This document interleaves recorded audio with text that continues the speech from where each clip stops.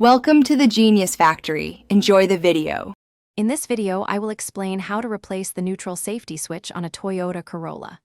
First, ensure you have all the necessary tools, including a 10mm wrench, a 13mm socket, and a multimeter for testing. Safety is paramount, so always disconnect the negative battery terminal before starting any work. You will find the neutral safety switch typically mounted on the side of the transmission, often near the shift linkage. Now, let's proceed with removing the old switch. Begin by carefully disconnecting the electrical connector. It usually has a small tab you need to press. Next, use your 13mm socket or wrench to loosen and remove the two mounting bolts securing the switch to the transmission.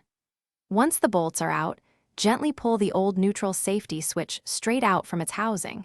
Be prepared for a small amount of transmission fluid to drip. With the old switch removed, it's time to install the new one. Before insertion, apply a thin, even layer of fresh transmission fluid to the new switch's O-ring to ensure a proper seal. Carefully slide the new switch into its housing, aligning it correctly. Hand tighten the two mounting bolts, then use your 13mm socket to tighten them to approximately 12 foot-pounds. Finally, firmly reconnect the electrical connector until it clicks into place. After installing the new switch, reconnect the negative battery terminal to restore power to your vehicle.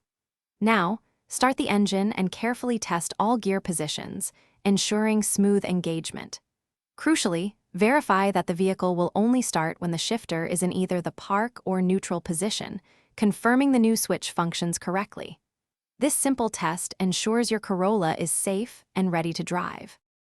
Thanks for watching. If you found this helpful, don't forget to like and subscribe.